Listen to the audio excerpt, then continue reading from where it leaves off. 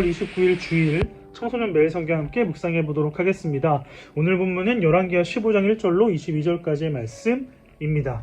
열왕기하 15장은 남유다의 2명의 왕과 북이스라엘의 5명의 왕들에 대한 기록이 나옵니다. 조금 혼란스러울 수 있으니 잘 보시기 바랍니다.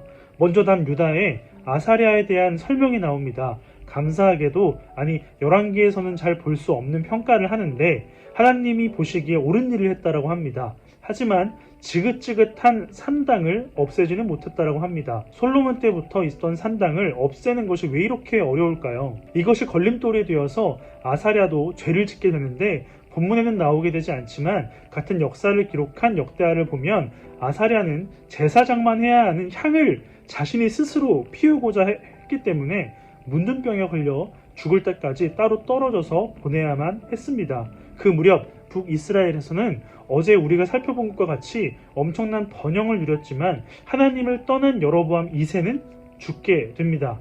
이렇게 해서 하나님이 예후에게 4대까지 가문이 이어질 것이라는 것을 말씀하셨는데 그 말씀이 성취되었습니다. 여로보암 2세에 이어 왕이 된 스가랴도 하나님 보시기에 옳지 못한 일을 했고 살룸이라는 사람이 중심이 되어 반역을 꾸미고 스가랴를 죽여서 북이스라엘의 왕이 됩니다. 그런데 므나헴이라는 사람이 살룸을 죽이고 또 왕이 됩니다. 되게 정신없지 않습니까? 그리고 무섭습니다. 하나님께서는 이런 북이스라엘에게 아시리아라는 나라를 통해 정신을 차리게 하십니다. 그러나 므나헴은 아시리아가 공격해 올 때 사람들에게 세금을 걷어서 아시리아에게 조공을 바치며 목숨을 구걸합니다. 어쩌면 하나님께서 자신에게 도움을 구하라고 주셨을 기회를 날려버리게 된 것이죠.